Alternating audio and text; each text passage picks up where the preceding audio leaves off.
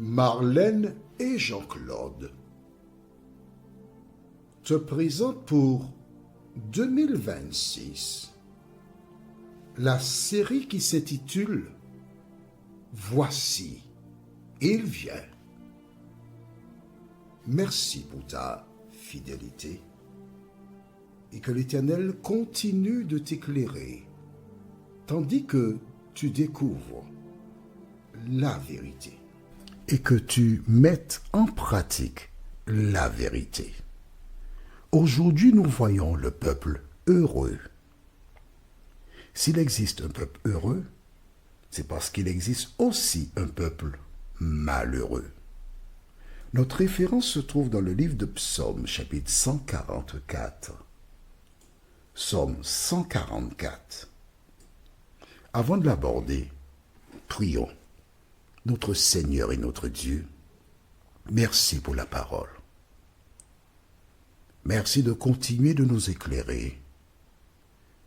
Et merci de nous conduire au sein du peuple heureux. Cet esprit, nous nous remettons à toi. Nous avons prié au nom de Jésus pour ta gloire éternelle. Amen. De David. Béni soit l'Éternel, mon rocher. Il existe une chanson anglaise qui s'intitule Rock of Ages. C'est un homme qui avait été présenté Jésus quelque part. Et à son retour, il a été surpris par une tempête. Le vent soufflait, il pleuvait, et il s'est abrité derrière un rocher qui fut un véritable refuge pour lui. Il a donc composé cette chanson en voyant en ce rocher l'Éternel, le rocher des siècles qui l'a protégé. Voilà donc pourquoi, plus tard, Paul dira que le peuple était suivi par un rocher spirituel, et ce rocher était Jésus de Nazareth. Donc rocher, c'est aussi Dieu.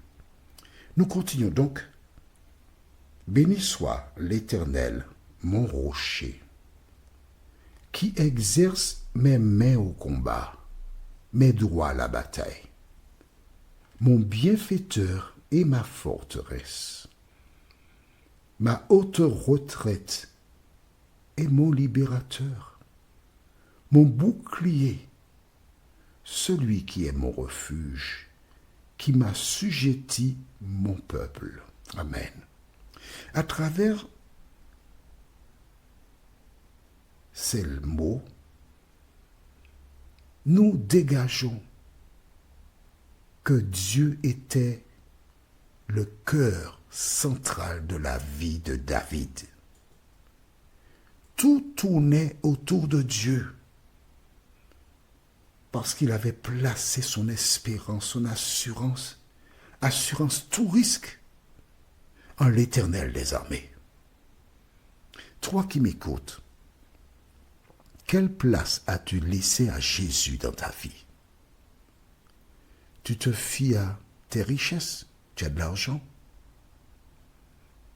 mais demain, la maladie arrive, l'argent ne peut rien faire pour toi.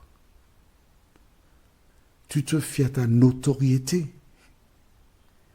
Tous les cimetières regorgent de personnes connues, célèbres. Elles dorment. Tu te confies en une femme ou un homme. La mort vient récupérer cette dernière ou ce dernier. Tu es seul. Tu es toujours seul. Le seul recours, la seule assurance, la seule garantie que nous avons, c'est de la présence de l'Éternel des armées. Et nous devons apprendre, jour après jour, à apprécier chaque moment que nous passons avec lui, à être en mesure de détecter sa main quand nous rencontrons des difficultés, parce que ce n'est qu'ainsi que nous retrouvons la paix, la sérénité. Continuons verset 3. Éternel, tu vois qu'il revient en disant encore Éternel, qu'est-ce que l'homme pour que tu le connaisses? Le Fils de l'homme pour que tu prennes garde à lui. Qu'est-ce que l'homme? Une vapeur. Qu'est-ce que l'homme? Juste un petit souffle et tout est terminé. Il n'est pas si important que cela. Mais ce qui donne à ta personne et à la mienne de la valeur, c'est que le sang de Jésus a coulé pour nous racheter. C'est ça qui nous donne de la valeur. Verset 4. L'homme est semblable à un souffle. Ses jours sont comme l'ombre qui passe. Mais oui, une ombre qui passe. Et c'est terminé.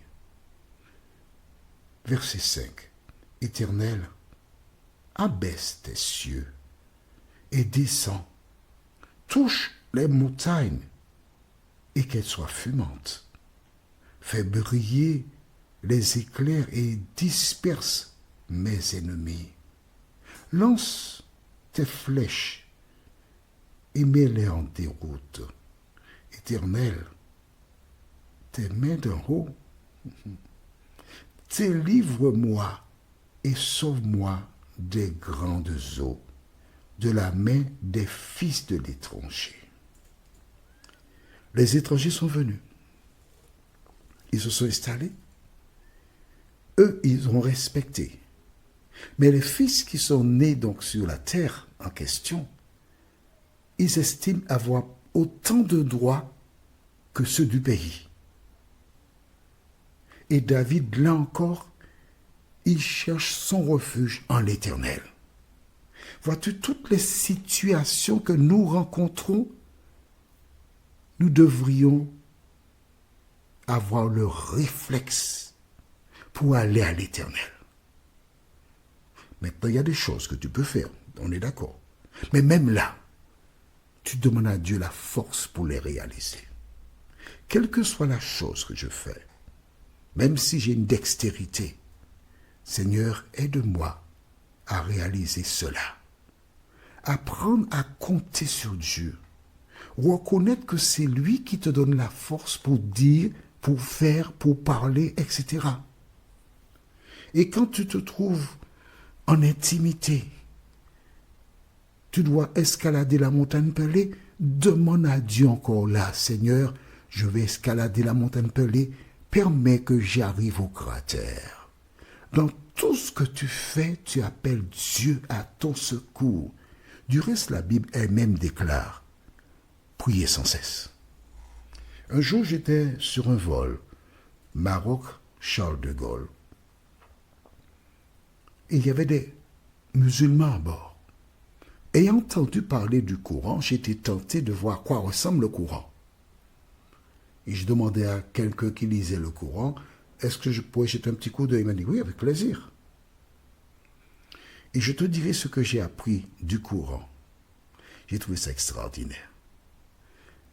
En résumé, quand tu achètes un vêtement neuf, remercie Allah parce que c'est grâce à lui que tu as pu acheter le vêtement. Quand tu rentres chez toi, n'oublie pas de remercier Allah que tu n'aies pas eu d'accroc en chemin. Le lendemain, quand tu as enlevé ton vêtement, remercie le Seigneur qu'il n'y a pas eu d'animaux qui soient venus piquer le vêtement. Mais pour des choses basiques, quand tu vas aux toilettes, remercie Allah parce qu'il y a des gens qui ne peuvent pas y aller. Quand tu as terminé, remercie Allah parce qu'il y a des gens qui ne peuvent pas faire ce que tu as fait. Et pour chaque chose que tu fais, le Coran invite les adorateurs à prier Allah. Quand j'ai vu cela, j'ai compris que nous sommes des ignorants, des nains. Car nous prions à certains moments précis. Mais quel que soit ce que font les musulmans, il faut monter des prières à Allah. Mon souhait, c'est que toi qui m'écoutes, tu fasses pas comme eux, mais que tu pries l'Éternel en tout temps, en toutes circonstances, en t'inspirant de ce qu'ils ont fait. Car Dieu nous parle de différentes manières. Et à travers les uns et les autres, il nous parle. Nous continuons maintenant au verset 5. Je reprends le verset 5. Éternel, abaisse tes cieux et descends. Touche les montagnes et qu'elles soient fumantes. Fais briller les éclairs et disperse mes ennemis. Lance tes flèches et mets-les en déroute. Étends tes mains d'en haut, délivre-moi et sauve-moi des grandes eaux, de la main des fils de l'étranger, dont la bouche profère la fausseté et dont la droite est une droite mensongère. Donc tu vois, le mensonge, il règne sur terre.